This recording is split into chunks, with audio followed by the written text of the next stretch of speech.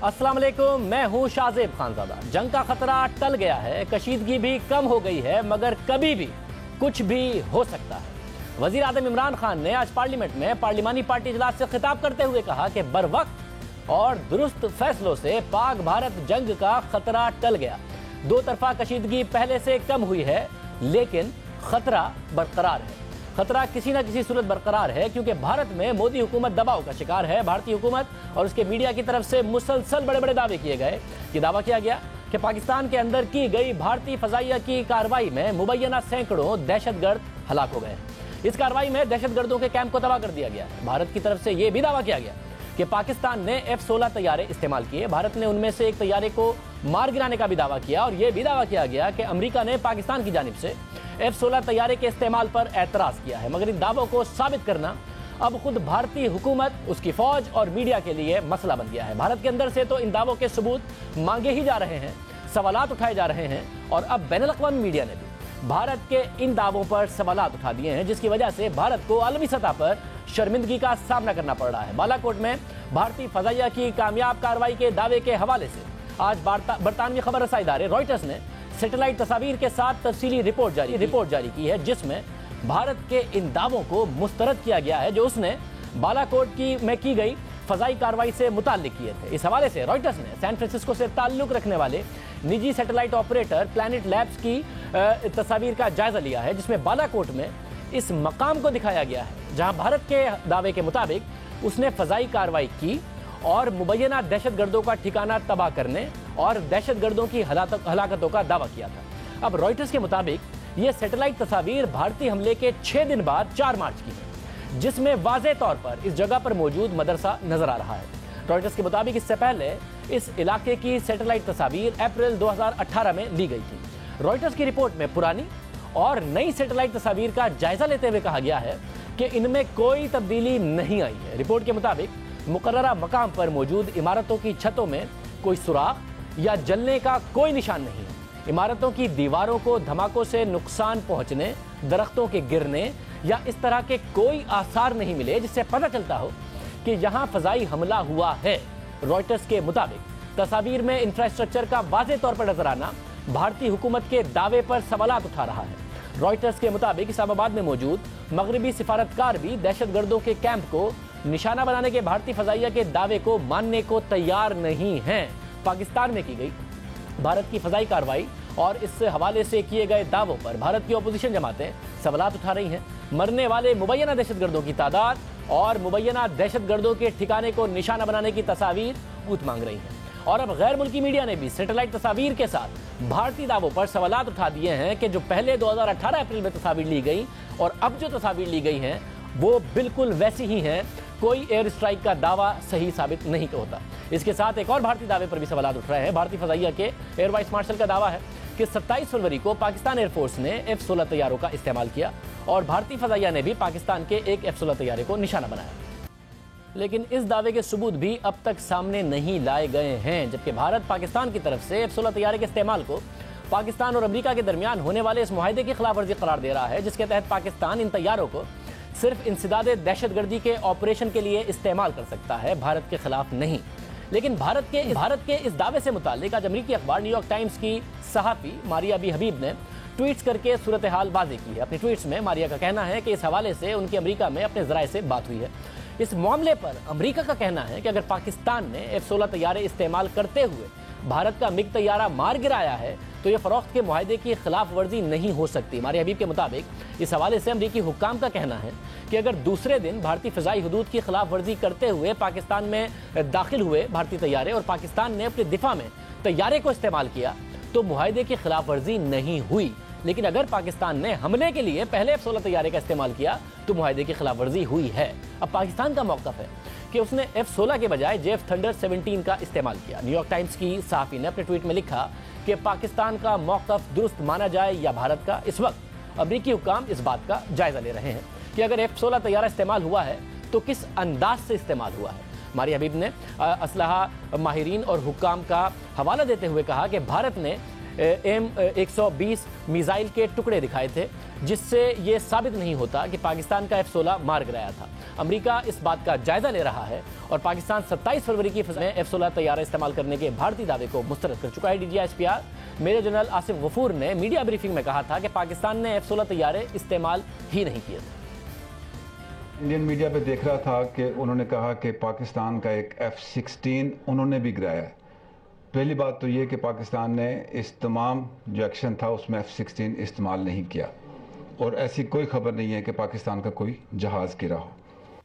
پاکستان بھارت کے خلاف F-16 کی استعمال کی تردید کرتا رہا ہے، جبکہ بھارت کا الزام ہے کہ پاکستان نے F-16 استعمال کر کے امریکہ سے فروخت کیے گئے جو معاہدہ ہے امریکہ سے فروخت کا، اس کی خلاف ورزی کی ہے۔ لیکن آج نیو یارک ٹائمز کی صحافی ماریا حبیب نے اس بارے میں تفصیلات بتائی ہیں کہ کن حالات میں معاہدے کی خلاف ورزی ہوتی ہے، اور اس بارے میں امریکہ صورتحال کا جائزہ لے رہا ہے۔ پاکستان کی طرف سے F-16 کے استعمال اور اسے مار گرانے کے بھارتی دعوے پر اب عالمی میڈیا بھی سوالات اٹھا رہا ہے اور فی الوقت اسے تسلیم کرنے کو تیار نہیں ہے، جو عالمی سطح پر بھارت کے لیے شرمندگی کا باعث ہے۔ پاکستان اور بھارت کے درمیان 27 فروری کو ہونے والی ڈاگ فائٹ سے متعلق بھارت کا دعویٰ ہے کہ اس میں بھارت اپنے ایک طیارے سے محروم ہوا اور اس کا پائلٹ پاکستان نے اپنی تحویل میں لیا، جسے بعد میں رہا کر دیا گیا۔ اس کے ساتھ بھارت کا دعویٰ ہے کہ اس نے بھی ایک پاکستانی طیارے کو مار گرایا تھا جس کا ملبہ پاکستانی علاقے میں گرا تھا، لیکن اس دعوے کا کوئی ثبوت نہیں دیا گیا۔ اب اہم بات یہ ہے کہ 27 فروری کو جب پاکستان اور بھارتی لڑاکا طیاروں میں ڈاگ فائٹ ہو رہی تھی تو اسی دوران مقبوضہ کشمیر میں بھارتی فضائیہ کا Mi-17 ہیلی کاپٹر بھی گر کر تباہ ہوا، جس میں 6 بھارتی فوجی اور 1 شہری ہلاک ہوئے تھے۔ بھارتی حکام کے مطابق ہیلی کاپٹر معمول کی پرواز پر تھا جب حادثے کا شکار ہوا، لیکن یہ ہیلی کاپٹر کیسے گرا اس پر اب سوالات اٹھ رہے ہیں، کیونکہ بھارتی فضائیہ کا ہیلی کاپٹر اسی وقت گرا جب پاکستان اور بھارتی فضائیہ کے درمیان 100 کلومیٹر دور line of control per dog fight جاری تھی اور سری نگر کے قریب بھارتی فضائیہ کا ایئر ڈیفنس سسٹم آپریشنل تھا۔ اس حوالے سے بھارتی اخبار اکنامک ٹائمز کے مطابق بھارت کے دفاعی ذرائع کا کہنا ہے کہ ہیلی کاپٹر گرنے کے تمام پہلوؤں سے تحقیقات کی جائے گی اور اس بات کا بھی جائزہ لیا جائے گا کہ ہیلی کاپٹر زمین سے کیے گئے فائر کا نشانہ نہ، کیونکہ اس وقت سری نگر کے قریب بھارت کا ایئر ڈیفنس سسٹم آپریشنل تھا۔ اکنامک ٹائمز کے مطابق ذرائع کا کہنا ہے کہ ہیلی کاپٹر حادثے کی تحقیقات کا حکم دیا گیا ہے اور رپورٹ آنے سے پہلے کچھ بھی کہنا قبل از وقت ہوگا اور اس بارے میں قیاس آرائیاں نہیں کی جا سکتی ہیں۔ بھارت نے ہیلی کاپٹر گرنے کی باضابطہ طور پر تصدیق کی تھی، لیکن پاکستان سے ہونے والے فضائی معرکے اور موجودہ کشیدہ حالات سے متعلق بیان میں اس حادثے کا ذکر نہیں کیا تھا، جبکہ پاک فوج کے ترجمان نے اپنی میڈیا بریفنگ میں بھی کہا تھا کہ بھارت کا ایک طیارہ گرنے کی اطلاع ہے، لیکن اس سے پاکستان کا کوئی تعلق نہیں۔ جب پاکستان ایئر فورس نے یہ ٹارگٹ لے لیے تو اس کے بعد انڈین ایئر فورس کے 2 جہاز ایک بار پھر لائن آف کنٹرول کی خلاف ورزی کر کے پاکستان کی حدود میں داخل ہوئے۔ پاکستان ایئر فورس تیار تھی، انہوں نے اس کو ٹیک آن کیا، آپس میں انگیجمنٹ ہوئی، جس کے نتیجے میں دونوں بھارتی جہاز جو تھے وہ شوٹ ڈاؤن ہوئے۔ ان میں سے ایک کا ریکیج ہماری سائٹ پہ گرا جبکہ دوسرے کا ریکیج ان کی سائٹ پہ گرا۔ اس کے علاوہ بھی انڈیا کے ایک جہاز کے گرنے کی اطلاع ہے جو تھوڑا اندر ہے، لیکن وہ ہماری اس کے ساتھ انگیجمنٹ نہیں ہوئی۔ 27 فروری کو پاک بھارت طیاروں کے فضائی معرکے کے دوران مقبوضہ کشمیر میں بھاری ہیلی کاپٹر کیسے گرا، اس حوالے سے اکنامک ٹائمز کا اینی شاہدین کے حوالے سے کہنا ہے کہ انہوں نے ہیلی کاپٹر کے گرنے سے پہلے زوردار دھماکہ سنا تھا اور ہیلی کاپٹر کے پچھلے حصے میں دھواں اٹھ رہا تھا۔ اس سے ایسا لگتا ہے کہ جیسے ہیلی کاپٹر کے اندر نہیں بلکہ باہر کوئی مسئلہ ہوا تھا۔ بھارتی ہیلی کاپٹر صبح 10 بجے اڑا اور 10:10 پر کریش ہو گیا، اور یہ وہی وقت تھا جب پاکستان اور بھارتی طیاروں میں ڈاگ فائٹ جاری تھی۔ ماہرین کا Mi-17 ہیلی کاپٹر کے بارے میں کہنا ہے کہ یہ ہیلی کاپٹر دنیا بھر میں آزمایا ہوا ہے اور عام طور پر تکنیکی خرابی کا شکار نہیں ہوتا، اور بھارتی اخبار کے ذرائع کے مطابق 27 فروری کو جب ہیلی کاپٹر حادثے کا شکار ہوا تو عملے کی طرف سے کسی طرح کی تکنیکی خرابی کا پیغام موصول نہیں ہوا تھا۔ بھارتی اخبار اکنامک ٹائمز کے مطابق ایسے وقت میں جب پاکستان اور بھارت کے طیارے فضا میں آمنے سامنے تھے، بھارت کا ایئر ڈیفنس سسٹم آپریشنل تھا، یہ ہیلی کاپٹر اپنے ہی حفاظتی نظام کے حصار کو توڑ کر فرینڈلی فائر کا شکار ہو سکتا ہے، یعنی خود اپنی بھارتی فائرنگ کا شکار ہو سکتا ہے۔ اب اس حوالے سے تحقیق ہو رہی ہے۔ دوسری طرف بھارت میں صرف پاکستان پر حملے کے معاملے پر ہی نہیں بلکہ جو رافیل طیارے ہیں اس کی ڈیل پر بھی سیاست ہو رہی ہے۔ حکومت سمجھتی ہے کہ رافیل طیاروں کی خریداری میں تاخیر کی ذمہ دار اپوزیشن ہے اور اپوزیشن حکومت پر کرپشن کا الزام لگا رہی ہے۔ اب یہ معاملہ ایک بار پھر سے سپریم کورٹ میں چلا گیا ہے اور اس میں نیا موڑ آ گیا ہے، کیونکہ اس ڈیل کے حوالے سے اہم دستاویزات چوری ہو گئی ہیں، یہ حکومت نے کہا ہے۔ یہ وہ دستاویزات ہیں جس میں ڈیل کی اہم تفصیلات ہیں۔ بھارتی سپریم کورٹ میں आज दरख्वास्त की समाअत के दौरान भारतीय अटॉर्नी जनरल ने सुप्रीम कोर्ट को बताया कि राफेल तैयारों के मुआहदे से मुतालिक दस्तावेजात चोरी हो चुकी हैं और हसास दस्तावेजात का मामला अदालत में उठाकर दरख्वास्त गुजार ऑफिशियल सीक्रेट एक्ट की खिलाफ वर्जी कर रहे हैं। अटॉर्नी जनरल ने अदालत को मजीद बताया कि मुआहदे की दस्तावेजात वजारत दिफा के मौजूदा या साबका मुलाजमीन ने चोरी की हैं। ये इंतहाई खुफिया दस्तावेजात थीं जिन्हें आम नहीं किया जा सकता। इस मौके पर चीफ जस्टिस ने पूछा कि हुकूमत की जानिब से क्या इकदाम किए गए हैं, जिस पर अटॉर्नी जनरल ने कहा कि चोरी शुदा दस्तावेजात का पता लगाने के लिए तहकीकात की जा रही हैं। अटॉर्नी जनरल ने सुप्रीम कोर्ट से दरख्वास्त की कि खुफिया दस्तावेजात दरख्वास्त के साथ नहीं लगाई जा सकती, इसलिए दरख्वास्त गुजार की दरख्वास्त नाकाबिले समाअत करार दी जाए। सुप्रीम कोर्ट में समाअत के दौरान अटॉर्नी जनरल ने मौक़िफ़ इख्तियार किया कि पाकिस्तान F-16 तैयारे इस्तेमाल कर रहा है, राफेल तैयारे के बगैर हम कैसे मुकाबला कर सकते हैं। अटॉर्नी जनरल ने एतराज़ उठाया कि अदालत ये मामला नहीं सुन सकती। अदालत जो भी रिमार्क्स देगी वो या तो हुकूमत या फिर अपोजिशन के खिलाफ इस्तेमाल हो जाएंगे, या फिर अपोजिशन हुकूमत के खिलाफ या हुकूमत अपोजिशन के खिलाफ इस्तेमाल कर लेगी। अपोजिशन ने ये मामला उठाया हुआ है और अदालत कैसे इसमें फरीक बन सकती है। अब भारतीय अदालत ने समाअत 14 मार्च तक मुलतवी कर दी है। अहम दस्तावेजात हैं जिसके लिए अपोजिशन कहती थी कि भारतीय हुकूमत उसे डिस्क्लोज करे। भारतीय हुकूमत ने कहा कि खुफिया हैं। जब पहले सुप्रीम कोर्ट में हियरिंग हुई तो भी इन कैमरा अदालत को वो डॉक्यूमेंट्स दिखाए गए थे।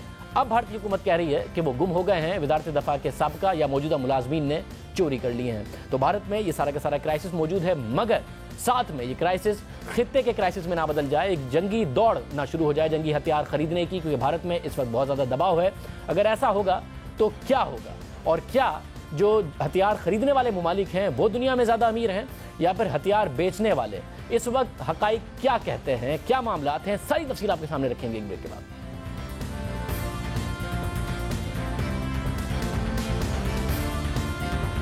भारतीय असलहा पुराना और नाकारा होने के हवाले से अमरीकी अखबार न्यूयॉर्क टाइम्स की रिपोर्ट के बाद ऐसा लग रहा है कि जैसे खित्ते में असलहे की एक नई दौड़ शुरू हो जाएगी, क्योंकि पाकिस्तान की जानिब से भारतीय तैयारा मार गिराने के बाद अमरीकी अखबार ने भारतीय हथियारों और जंगी सलाहियत पर सवालात उठाए और खुद नरेंद्र मोदी ने एक लिहाज से पाकिस्तान के जंगी तैयारों की बढ़तरी का एतराफ़ किया, जिसके बाद भारत में एक नई बहस छिड़ गई है कि नए जंगी साजो सामान खरीदे जाएं और जल्द से जल्द खरीदे जाएं, क्योंकि ये मुल्क की बका के लिए ज़रूरी है।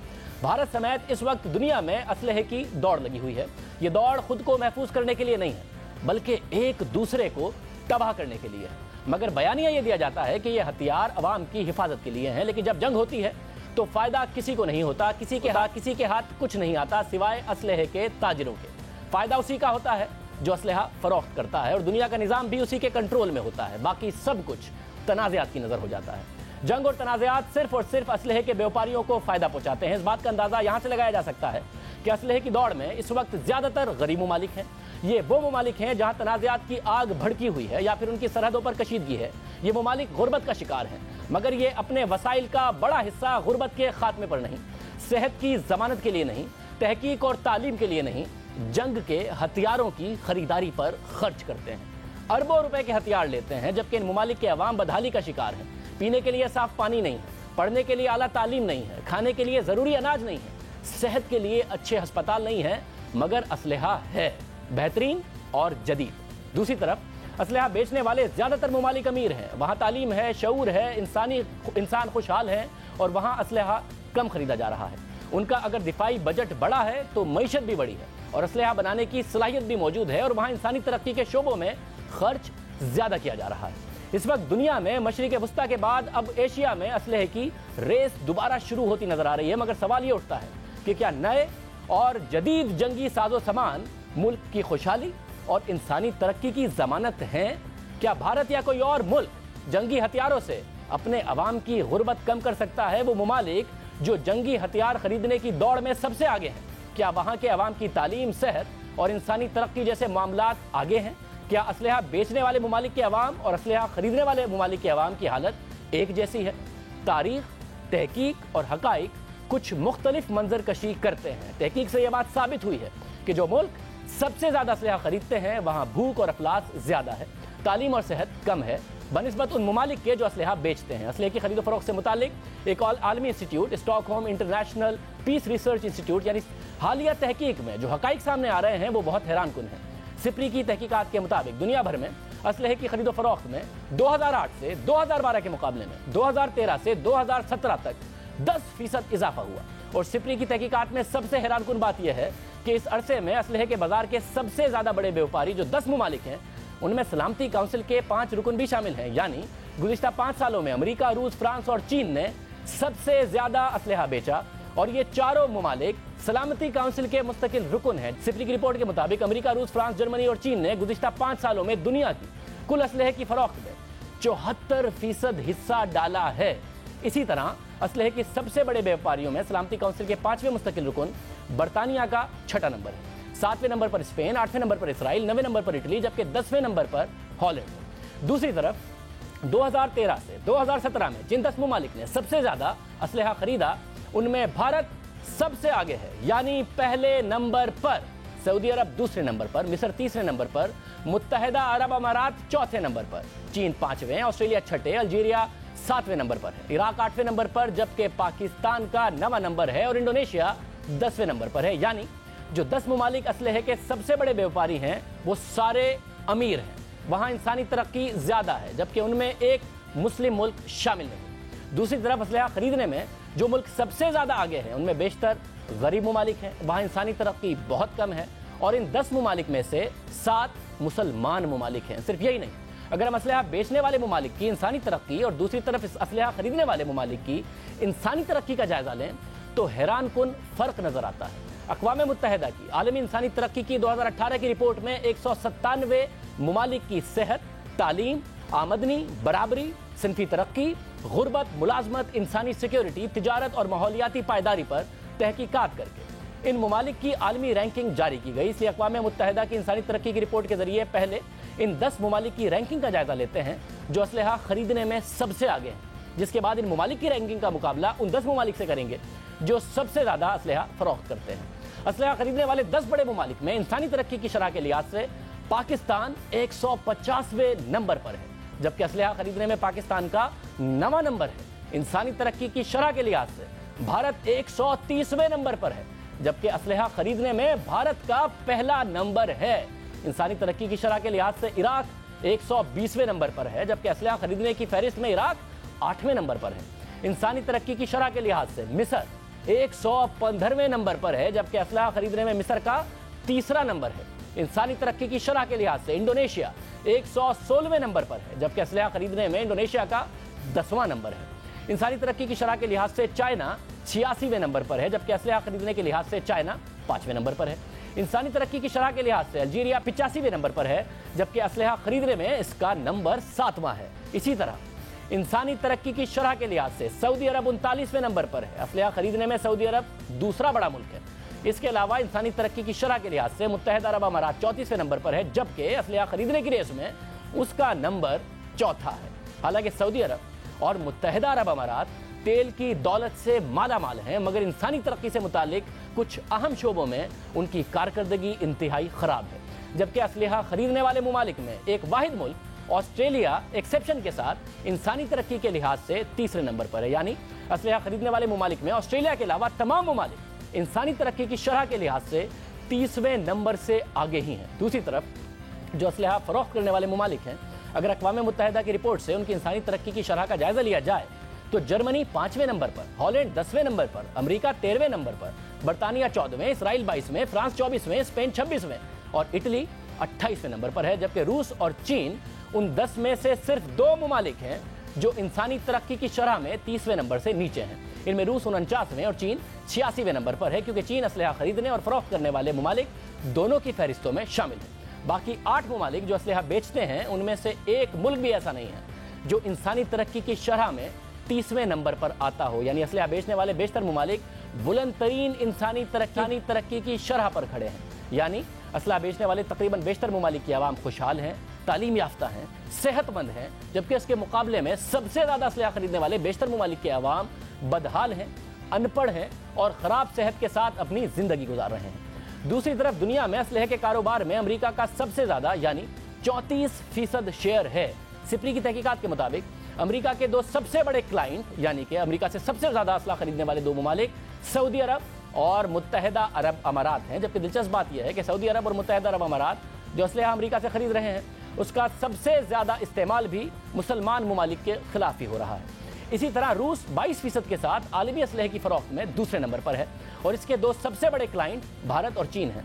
फ्रांस आलमी सतह पर आलमी असलहे की फरोख्त में 6.7% के साथ तीसरे नंबर पर है और इसके 3 सबसे बड़े क्लाइंट मिस्र, चीन और भारत है। दिलचस्प बात यह है कि अमेरिका से असलहा खरीदने के हवाले से गुज़िश्ता 5 सालों में सऊदी अरब की शरह में 448% इजाफा हुआ है, जिससे साबित होता है कि मशरिक़ वुस्ता और एशिया में असलहे की खरीद में इजाफा हो रहा है।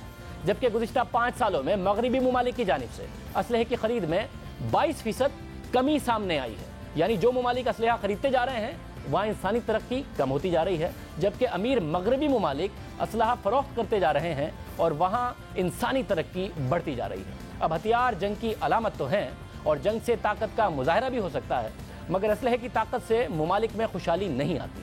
इंसान आबाद नहीं होते, असलहा भूख नहीं मिटा सकता, असलहे से आप अपने जिस्म को ढांप नहीं सकते, असलहे की स्याही तालीम नहीं मौत देती है। जंग इंसान को ही नहीं बल्कि इंसानियत को भी नेस्तो नाबूद कर देती है। खुशहाली तालीम से आती है। तालीम तहकीक की बुनियाद बनती है। तहकीक दकियानूसी रिवायात और ख़यालात पर सवालात उठाती है। सवालात मुहज़्ज़िब मुआशरे के लिए रास्ता हमवार करते हैं और मुहज़्ज़िब मुआशरे में ही इजादात होती हैं और इजादात से ही इंसानी तरक्की मुमकिन हो पाती है। मुआशरा जिद्दत की तरफ बढ़ता है, मगर जंग मुआशरे को मुंजमिद कर देती है। जंग तबाह और बर्बादी के सिवा कुछ नहीं लाती। जंग की कीमत मईशत और इंसानों को अदा करनी पड़ती है। 2015 के दादोशुमार यही बताते हैं। 2015 में पूरी दुनिया ने $13.6 ट्रिलियन जंग और तनाज़ात पर खर्च कर दिए। दुनिया की मजमूई GDP का 13.6% जंगों की नजर हो गया। 2008 से 2014 तक मुख्तलिफ तनाज़ात और जंगों की वजह से 5 करोड़ से जायद लोग अपने घरों से महरूम हो गए। उन्हें नकल मकानी करना पड़ी या फिर उनके घर जंग की नजर हो गई। यह तादाद दूसरी जंग अजीम के बाद सबसे बड़ी तादाद है। इन मुहाजिरीन पर 2014 के दादोशुमार के मुताबिक $128 अरब खर्च हुए। यह वो नुकसान है जो इंसानियत ने जंग की वजह से देखा। जंग के नुकसानात तबाहकुन हैं, मगर फिर भी जंग की तबाही के लिए हथियार खरीदे जाते हैं, और वो भी इस सूरत हाल में जब खित्ते में सबसे बड़ा मसला गुर्बत है। लेकिन गुर्बत के खात्मे के लिए सिर्फ सियासी बातें की जाती हैं, इकदामात नहीं किए जाते। खुद भारतीय वज़ीर आज़म नरेंद्र मोदी माजी में कह चुके हैं कि मुकाबला करना है तो गुर्बत पे करें। 2.5 साल पहले दावा तो ये किया था, मगर अब जंगी जुनून सवार है, इलेक्शन होने वाले हैं, तो समझना ये होगा कि गुर्बत का मुकाबला असलहा खरीद कर नहीं, अमन और सलामती के जरिए ही मुमकिन हो सकेगा। क्योंकि centre for monitoring Indian economy की अपनी हालिया रिपोर्ट के मुताबिक भारत में मुलाजमतों की शरह माजी के मुकाबले में गिर चुकी है। रिपोर्ट के मुताबिक इस वक्त भारत में बेरोजगारी की शरह 7.2% तक पहुंच चुकी है, जो गुज़िश्ता 2 सालों की बुलंद तरीन सतह है। जबकि जनवरी में CMI की एक रिपोर्ट में दावा किया गया था कि 2018 में भारत में 1 करोड़ लोगों को मुलाजमत से हाथ धोना पड़ा था, मगर फिर भी भारत में बेरोजगारी मिटाने की बातें कम और जंग की बातें ज्यादा हो रही हैं। जंग ज़्यादा इलाकों की वहशत क्या होती है, वहाँ इंसानी बहरान की क्या कैफियत होती है, इसका अंदाज़ा उन हालात में रहकर ही पता चलता है। टेड के आलमी प्लेटफॉर्म पर जहाँ दुनिया भर से हर शोबे के एक्सपर्ट आते हैं और अपने तजर्बात बताते हैं, वहाँ एक गैर मुल्की खातून डॉक्टर समांथा नट, जो कि यूनिसेफ के मिशन पर जंगज़दा इलाकों में इंसानी बहरान का जायज़ा लेने के बाद वापस आती हैं और टेड के इस प्लेटफॉर्म पर जंग से मुतालिक अपने तजर्बात बताती हैं और ये भी बताती हैं कि जंग से फ़ायदा कौन उठा रहा है और नुकसान कौन। इसलिए भारत समेत दीगर तमाम ममालिक को सोचना होगा कि अगर अमन चाहिए तो सियासत नहीं, ज़बानी जमा खर्च नहीं, इंतखाबात के लिए मजहब और जंगी जुनून का इस्तेमाल नहीं, बल्कि अपनी आवाम की खुशहाली, उनकी तालीम, सेहत, सिनफी तरक्की और बराबरी और आज़ादी इजहार राय को बेहतर बनाने के लिए इकदाम करने होंगे। तमाम मामलों पर बात करेंगे। प्रोफेसर आदिल नजम हमारे साथ मौजूद हैं, आप डीन हैं बॉस्टन यूनिवर्सिटी के। बहुत शुक्रिया आदिल नजम साहब, इन मुख्तलिफ मामलात पर आप लिखते रहते हैं, इसके अलावा आपकी तहकीक है। आप समझते हैं कि जो इस वक्त जंगी जुनून सवार है, भारत में इलेक्शन होने वाले हैं, नरेंद्र मोदी का जो बयानिया है, बहुत खतरा है कि खित्ता जंगी हथियारों की दौड़ की तरफ ना चला जाए। और आप समझते हैं जो हकाइक हमने सामने रखे हैं, हर वो डॉलर जो आप जंगी हथियार पर खर्च करते हैं, ये वो डॉलर है, ये वो रुपया है जो कि आवाम की फलाह पर, तालीम और तरक्की पर खर्च हो सकता है।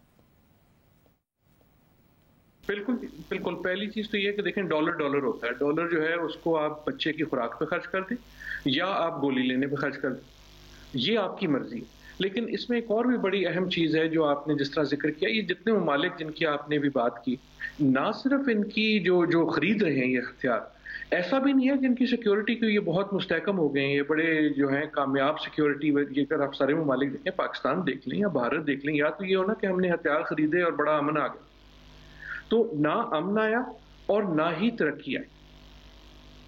تو ایک اس میں اگر میں نے بہت سال پہلے ایک کتاب لکھی تھی پاکستان اور ساؤتھ ایشیا کے بارے میں، اس میں ایک چھوٹا سا ایک اعداد و شمار جو ہمارا نکلا تھا، میں اگر آپ کے سامنے رکھوں کہ اس وقت جو تھے 60 سال پاکستان اور بھارت کی کشیدگی، آپ جنگ ہی سمجھے 60 سال ہو چکے تھے جب ہم نے وہ لکھی. اس 60 سال میں جو ٹوٹل نمبر آف بچے، چلڈرن اونلی، جو نیو دہلی اونلی میں، صرف نیو دہلی کے شہر میں صرف پانی کی وجہ سے جن کی ہلاکت ہوئی تھی، اس کی تعداد زیادہ تھی بنسبت ان تمام فوجیوں کی جو بھارتی فوجی پاکستان کی ہاتھوں مارے گئے. اور یہی بالکل نمبر کراچی کے لیے درست. اب ایک جو بچہ جو ہے جس کی ہلاکت جو ہے پانی کی وجہ سے ہوتا ہے، چاہے وہ wrong end of the tape ہو، چاہے wrong end of the gun ہو، ہلاکت تو ہو گئی. اس کی ماں کو یہ سمجھانا کہ ہم وہ پیسے جو ترقی پہ نہ خرچ کر سکے، اس سے اس کی جو ہے کسی طرح سیکیورٹی بڑھ گئی، یہ بڑا مشکل کام. یہ بتائیے گا کہ ظاہر پھر ایک کانسپریسی تھیوری بھی ہوتی ہے. اب آپ امریکہ میں ہیں، یہاں پر بیٹھ کر کچھ کانسپریسی تھیوریز یہ بھی کہتے ہیں کہ اس خطے کو لڑواتے ہیں مغربی ممالک جو اپنی مختلف پراکسیز کے ذریعے، چاہے عرب ممالک کے درمیان ہو اور اس کے علاوہ اس خطے کے مختلف ممالک کے درمیان ہو، تاکہ اسلحہ بکے. کس حد تک آپ سمجھتے ہیں کہ یہ کانسپریسی تھیوری، یہ سازشی نظریہ درست ہے؟ دیکھیں، میرے خیال میں پوری طرح یہ درست نہیں ہے. لڑنے کے لیے ہمارے پاس پہلے ہی بڑے بہانے ہیں. یا تو ہمیں بڑی کوئی کمی ہو لڑنے جھگڑنے کے لیے ریزن ڈھونڈنے کا، تو ہمیں بڑی خود کفالت ہے لڑنے کے بہانے ڈھونڈنے میں. لیکن جب ہم لڑنے لگتے ہیں تو یقیناً جو کمپنیاں، ان کا کام ہی یہ ہے، جن مالک کا کام ہی یہ ہے کہ وہ اس سے پیسے کمائیں، اور نہ صرف پیسے کمائیں لیکن یہ بہت لوکریٹو. اور ہمیشہ تاریخ میں ہمیشہ آپ پچھلے 400 500 1000 سال چلے جائیں تو جو بھی جنگ کون دیکھیں، ایک چیز ہے، جنگ کون جیتتا ہے؟ جنگ وہ جیتتا ہے جو ہتھیار بیچتا ہے. ہتھیار استعمال کرنے والا جنگ کبھی نہیں جیتتا. جو اس جنگ میں ہتھیار بیچے گا وہ جیتے گا. لیکن یہ کنسپیریسی جو ہے، یہ کہہ دینا کہ یہ ہمارا قصور نہیں ہے، میرے خیال میں اپنے ساتھ جھوٹ بولنے کے مترادف ہے. یقیناً جب آپ اپنی کمزوری دکھائیں گے، جب آپ جنگ و جدل کے راستے پہ چلیں گے، تو ایک دم لوگ جو ہیں وہ چیلوں کی طرح وہاں پہنچ جائیں گے آپ کو جنگ کا سامان بیچنے. کیونکہ نریندر مودی کہتے تھے کہ آئیں غربت ختم کرنے کا مقابلہ کرتے ہیں. وزیر اعظم پاکستان کہہ رہے ہیں کہ آئیں غربت ختم کرنے کا مقابلہ کرتے ہیں، مگر وہاں سے کوئی اچھا پیغام آ نہیں رہا. بھارت میں جو اس وقت ٹرینڈ نظر آ رہا ہے اس سے صاف لگ رہا ہے کہ ان کا ڈیفنس بجٹ بڑھے گا، ہتھیاروں کی خریدنے پر زیادہ پیسے خرچ ہوں گے. ظاہر ہے پھر پاکستان پر دباؤ بڑھے گا کہ پاکستان بھی ہتھیار خریدے. آپ کو لگتا ہے خطہ غربت ختم کرنے کی جگہ ہتھیاروں کی دوڑ کی طرف جا رہا ہے، اس کا خطرہ موجود ہے اس وقت آپ کے خیال میں؟ بھارت کا تو بہت زیادہ، اگر آپ دیکھیں تو اس وقت جو میرے خیال میں سب سے زیادہ ریٹ آف گروتھ بڑھ رہا ہے وہ بھارت کا. دیکھیں، بھارت ایک اکنامک جو جس طرح وہ اونچائی کی طرف جا رہا ہے، تو وہ پیسے لے کے جو ہے کہیں زیادہ ہتھیاروں پہ خرچ کر رہا ہے. اور خصوصاً یہ جو پچھلے ہفتوں کے واقعات ہیں، اس کے بعد اب بھارت میں ایک لہر چڑھ گئی ہے کہ جی ہمیں تو ہماری جو جہاز ہیں وہ پرانے ہیں، ہماری فوج پرانی ہے. تو میرے خیال میں اب آپ دیکھیں گے کہ ایک ہائٹنڈ امپیٹس ہوگا اور سیلز کا، اور اس میں بہت سارے ممالک ان کو بیچنا چاہیں گے، اور اس کی وجہ سے ایک پاکستان پہ بھی پریشر پڑے گا. ساحر لدھیانوی کی بڑی خوبصورت نظم ہے، وہ کہتے تھے کہ جنگ کے اور بھی تو میدان ہیں، ایک میدان کشت و خون ہی نہیں، حاصل زندگی خرد بھی ہے، حاصل زندگی جنوب ہی نہیں. تو کہنے کا مقصد یہ ہے کہ یہ فیصلہ ہمیں کرنا پڑے گا. ہتھیار بیچنے والے نے فیصلہ نہیں کرنا، فیصلہ جو ہے غریب ممالک نے کرنا ہے کہ آپ کو اپنے بچے کی جان عزیز ہے یا آپ کو اپنے جہاز کی رفتار عزیز. بہت شکریہ، بڑی اہم بات آپ کی طرف سے کی. اور ساحر لدھیانوی کی یہ نظم جو اسی تناظر میں کہی گئی تھی، کیونکہ حالات نہیں بدلے تو یہ نظم پرانی ہو کر نہیں دیتی. اس کا ایک شعر پڑھا عادل نجم صاحب نے، ایک خوبصورت نظم ہے، اس کے چند اشعار ہم بھی آپ کے سامنے رکھ دیتے ہیں کہ خون اپنا ہو یا پرایا ہو، نسل آدم کا خون ہے آخر، جنگ مشرق میں ہو کہ مغرب میں، امن عالم کا خون ہے آخر، بم گھروں پہ گریں کہ سرحد پر، روح تعمیر زخم کھاتی ہے، کھیت اپنے جلیں کے اوروں کے، زیست فاقوں سے تل ملاتی ہے، ٹینک آگے بڑھیں یا پیچھے ہٹیں، کوک دھرتی کی بانجھ ہوتی ہے، فتح کا جشن ہو کہ ہار کا سوگ، زندگی میتوں پہ روتی ہے. جنگ تو خود ہی ایک مسئلہ ہے، جنگ کیا مسئلوں کا حل دے گی، آگ اور خون آج بخشے گی، بھوک اور احتیاج کل دے گی. اس لیے اے شریف انسانوں، جنگ ٹلتی رہے تو بہتر ہے، آپ اور ہم سبھی کے آنگن میں شمع جلتی رہے تو بہتر ہے. برتری کے ثبوت کی خاطر خون بہانا ہی کیا ضروری ہے، گھر کی تاریکیاں مٹانے کو گھر جلانا ہی کیا ضروری ہے. प्रोग्राम में एक ब्रेक शामिल करते हैं, मज़ीद अहम खबरों पर बात करेंगे एक ब्रेक के बाद।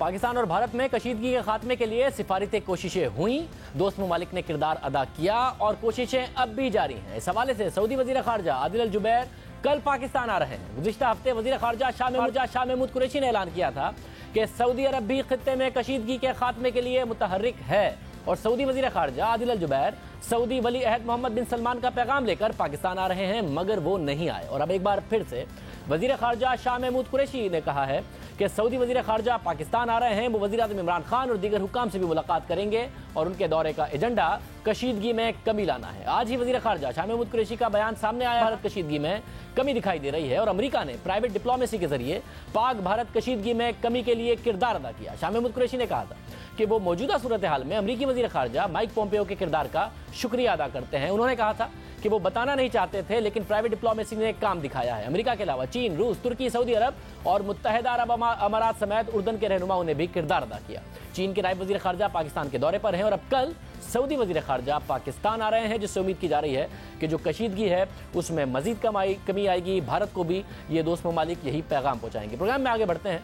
मुस्लिम लीग नून समझती है कि साबिक वजीर आज़म नवाज शरीफ की तबीयत ठीक नहीं, हुकूमत उसे संजीदा नहीं ले रही है, ये नून लीग का दावा है। मगर हुकूमत ये समझती है कि नवाज शरीफ की तबीयत ठीक है, फिर भी वो उन्हें अस्पताल मुंतकिल करने को तैयार हैं। कोई भी अस्पताल जो वो कहें उसमें मुंतकिल करने को तैयार हैं, मगर नवाज शरीफ ने खुद मना कर दिया है। साबिक वज़ीर आज़म नवाज शरीफ से आज उनकी वालदा साबिक वज़ीर आला पंजाब शहबाज शरीफ और मरियम नवाज ने मुलाकात की। इस मुलाकात के बाद ये खबर सामने आई कि नवाज शरीफ ने अपने अहल खाना से बात करते हुए कहा है कि इलाज की भीख मांगी है ना मांगूंगा, इलाज के नाम पर सियासत हो रही है, हुकूमत का तज़हीक आमेज रवैया कबूल नहीं।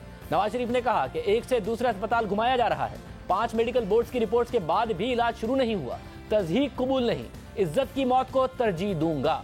जियो न्यूज़ के ज़राए के मुताबिक नवाज शरीफ के अहले खाना ने उन्हें अस्पताल मुंतकिल होने का मशवरा दिया और उन्हें मनाने की कोशिश की, मगर वो नहीं माने। इस मुलाकात के बाद मरियम नवाज ने ट्वीट किया कि दिल की तकलीफ और तबीयत खराबी के बावजूद मियाँ साहब अस्पताल जाने को राजी नहीं। दादी शहबाज शरीफ और मेरे इसरार पर कहा कि अस्पताल घुमाने और इलाज के नाम पर की जाने वाली तज़हीक का निशाना बनने को तैयार नहीं हूँ।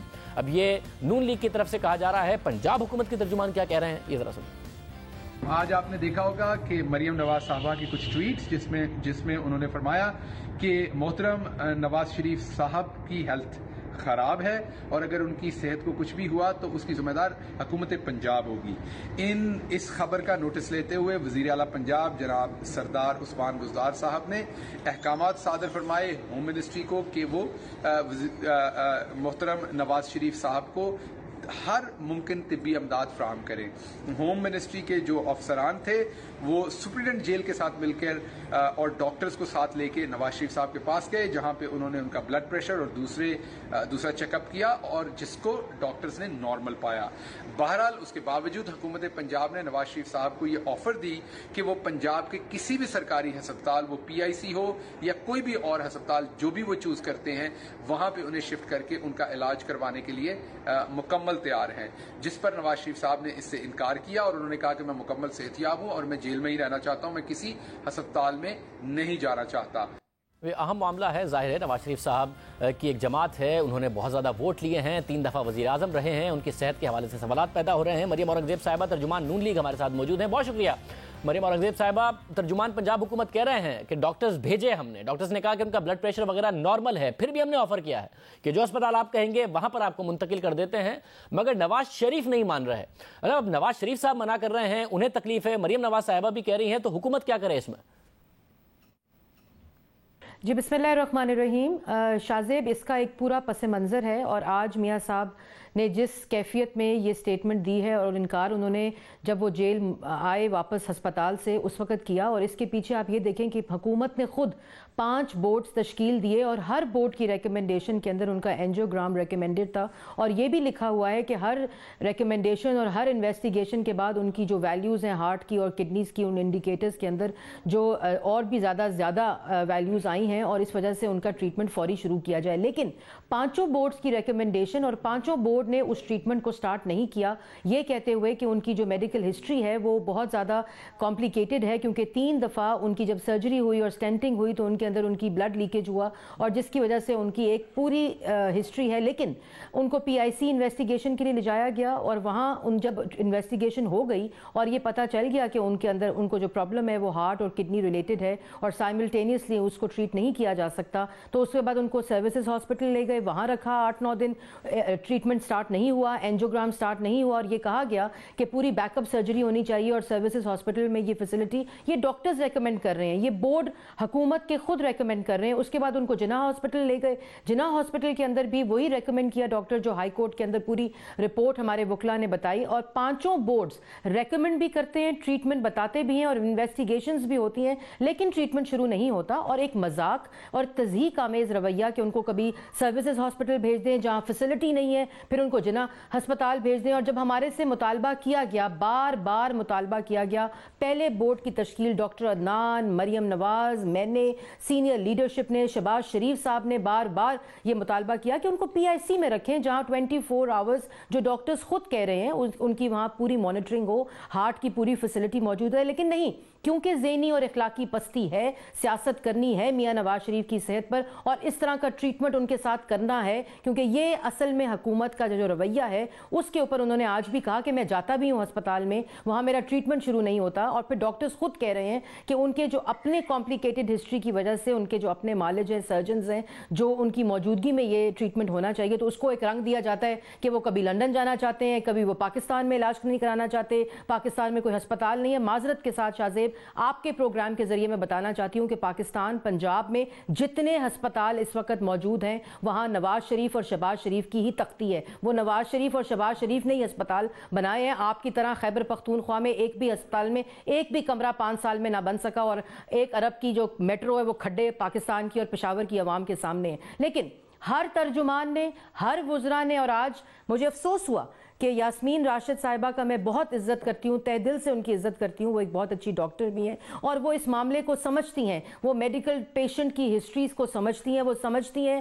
کہ کتنا سنگین معاملہ ہے. لیکن انہوں نے آج جو سٹیٹمنٹس دیں وہ مجھے بہت افسوس ہوا اور مجھے بہت دکھ ہوا. لیکن میں یہ کہنا چاہتی ہوں کہ خدارا ان کی صحت کے اوپر سیاست نہ کریں، آپ سیاست کارکردگی پہ کریں، آپ اور چیزوں کے اوپر سیاست کریں. صحت ایک نازک معاملہ ہے اور ظاہر ہے میاں نواز شریف صاحب کی ایک ہسٹری ہے صحت کے حوالے سے اور ان کا حق ہے کہ ان کو عزت کے ساتھ اور ایک اچھا ٹریٹمنٹ دیا جائے.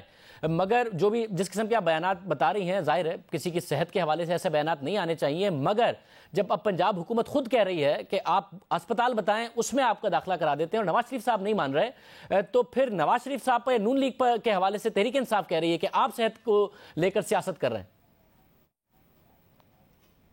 لیکن شاہزیب، میاں نواز شریف صاحب ملک کے 3 دفعہ منتخب وزیر اعظم ہے، کوئی مذاق نہیں ہے. آپ کیوں کہہ رہے ہیں جب ہم کہہ رہے تھے PICO آپ کیوں سروسز بھیج رہے ہیں، آپ کیوں جناح ہاسپٹل میں رکھ رہے ہیں، آپ کیا ہو گیا حکومت کو؟ وہ اس لیے کیونکہ ان کو اب معلوم ہو چکا ہے کہ میاں نواز شریف صاحب کی صحت واقعی خراب ہے. یہ مذاق نہیں. کلثوم نواز شریف صاحبہ کی صحت پہ مذاق کیا، وہ تماشا لگایا آپ کے سامنے اور اس کے اوپر بھی لگایا. لیکن اب آج ان کے پورے اہل خانہ گئے تھے، ان کی والدہ گئیں، حمزہ شہباز گئے، شہباز شریف گئے، مریم نواز، انہوں نے ان کو کنونس کرنے کی کوشش کی. ان کی والدہ بہت وہاں ظاہر ہے ایک نیچرل ایک فطری عمل ہے کہ وہ وہاں ایموشنل ہوئی. انہوں نے بھی کہا، لیکن انہوں نے کہا کہ میں اس تضحیک آمیز رویہ مجھے قابل قبول نہیں. اور جس قسم کا پچھلے پورا 1.5-2 مہینے کا ایک تسلسل ہے اور تماشا کیا گیا اور پھر اس کے اوپر سیاست کی گئی، ہر ترجمان نے، ہر وزیر نے، وزیر اعظم نے اس پروگرام کی سیریمنی میں جو نواز شریف کا تحفہ ہے صحت کارڈ، اس کے اوپر بھی سٹیج کے اوپر نواز شریف صاحب کی صحت کے اوپر سیاست کی کہ وہ کہتے ہیں. اور یہ تاثر دیا جا رہا ہے، انٹینشنلی یہ تاثر دیا جا رہا ہے شاہزیب کہ انہوں نے کہا میں لندن جانا چاہتا ہوں، یہاں کوئی اسپتال موجود نہیں ہے اس کے سٹینڈرڈ کے مطابق. کہاں نواز شریف صاحب نے کہا کہ میں لندن جانا چاہتا ہوں؟ کہاں؟ میں ترجمان ہوں پارٹی کی، میری کوئی سٹیٹمنٹ میں نے حالانکہ تردید کی. مگر لندن جانے کا ویسے بھی سوال نہیں پیدا ہوتا. انہوں نے جو ضمانت کی صحت کی وجہ سے درخواست دی تھی، اسلام آباد ہائی کورٹ نے اسے مسترد کر دیا، تو لندن تو وہ ویسے بھی نہیں جا سکتے. مگر دوسرا مسئلہ یہ ہے کہ اگر ان کی طبیعت خراب ہے اور وہ ماضی کے رویے کی وجہ سے اس وقت ناراض ہیں کہ میری تضحیک ہوئی ہے، تو اب تو آپ ہی کے لوگوں کو منانا پڑے گا نا کہ جی آپ کی طبیعت خراب ہے، نظر آ رہا ہے، تو آپ کو اس وقت ہسپتال میں ایڈمیشن لینا چاہیے، علاج کرا لیں. یہ تو آپ ہی کو منانا پڑے گا نواز شریف صاحب کو. حکومت تو نہیں منا سکتی، حکومت تو فیسلٹیز ہی دے سکتی ہے. शाहजेब ये ज़िद नहीं है, ये हम वो कौम हैं और हम उस किस्म की मौजूदा हुकूमत की अखलाकी पस्ती है और ज़हनी पस्ती है कि हम वो कौम है जो 3 दफ़ा नवाज शरीफ जैसे शख्स जिसने इस मुल्क को सिर्फ दिन रात खिदमत करके वो चीज़ें दी, मुल्क को दिफाई कुव्वत बनाया, मुल्क को माशी कुव्वत बनाने लगे, CPEC आया, दहशत गर्दी के अंधेरे हटे, अंधेरे लोड शेडिंग के हटे, वो दिन रात इस कौम की खिदमत की उस शख्स ने। लेकिन आप देखें कि वो भी इंसान है Shahzeb, at the end of the day वो भी इंसान है और उनके साथ जिस किस्म का तज़ीक आमेज़ रवैया आप। और मैं एक और बात बताऊं शाहजेब, ये तो नवाज शरीफ साहब की स्टेटमेंट है या मेरी स्टेटमेंट है या शहबाज शरीफ और मरियम नवाज की, आप उन करोड़ों कारकुनों की जो पाकिस्तान मुस्लिम लीग नून पाकिस्तान की आज भी हकीकी सबसे बड़ी जमात है, उनके कारकुनों के जज्बात आप देखें कि वो क्या होंगे कि उनका वो लीडर जिसने अपनी पूरी ज़िंदगी इस मुल्क के लिए वक्फ की, उसके साथ ये हुकूमत किस किस्म का रवैया कर रही है। तो अगर उनको बार बार शहबाज शरीफ साहब रोकते हैं, बार बार रोकते हैं कि आप कोई ऐसा इकदाम ना उठाएं, लेकिन जिस दिन पाकिस्तान मुस्लिम लीग नून के कारकुन हमारे से भी बाहर हो गए, उस दिन इस हुकूमत को पता चलेगा कि कितना बड़ा नुकसान हो गया। कारकुन ज़ाहिर हैं नवाज शरीफ साहब के, उनके वोटर हैं, मगर हुकूमत क्या करे? मैं आपसे फिर पूछ रहा हूं कि उनकी फैमिली की और आप सबकी जिम्मेदारी उन्हें कन्विंस करे कि वो अस्पताल जाएं, वरना हुकूमत बताइए कि इसमें क्या किरदार अदा कर सकती है? देखिए, उन्होंने कैटेगोरिकली आज एक स्टेटमेंट दी है जो मैं पढ़ रही थी जब शहबाज शरीफ साहब की और मरियम नवाज की थी कि मैं इज़्ज़त से रहना, ज़िंदा रहना ज़्यादा मुझे तरजीह दूंगा और मैं इस तरह की जो अगर हुकूमत समझती है कि मैं उनसे सेहत की या ट्रीटमेंट की भीख मांगूंगा। अभी देखें अहले खाना उनको कन्विंस करने पे लगे हुए हैं और आज एकदम हुकूमत के अंदर भी एक हलचल आ गई क्योंकि उनको मालूम हो चुका है, जब डॉक्टर्स गए ट्रीटमेंट देखने और उनका चेकअप करने तो उनको ये मालूम हुआ है कि उनको एंजाइना अटैक्स हुए हैं और एक नहीं हुए, बार बार हो रहे हैं, उनको बाजू में दर्द भी है, उनको तकलीफ भी, और वो किसी को बता नहीं रहे। ख़तरनाक बात यह है कि उन्होंने कैटेगोरिकली कहा है कि मैं किसी को नहीं बताऊंगा अगर मेरी तबीयत खराब हुई, मैं सिर्फ मरियम साथ मौजूद थी। अब नवाज शरीफ साहब को मनाने की कोशिश हो रही है, हम उम्मीद करते हैं कि वो मान भी जाएं, उनकी सेहत भी ठीक हो और हुकूमत की तरफ से जो रवैया है वो भी बेहतर हो, सेहत पर सियासत हो। ये अफसोस की बात है, नवाज शरीफ साहब का हक है कि उनको सही तरीके से इलाज की सहूलत मुहैया की जाए। आज के प्रोग्राम में आपसे कल के प्रोग्राम में मुलाकात होगी। अल्लाह हाफ़िज़।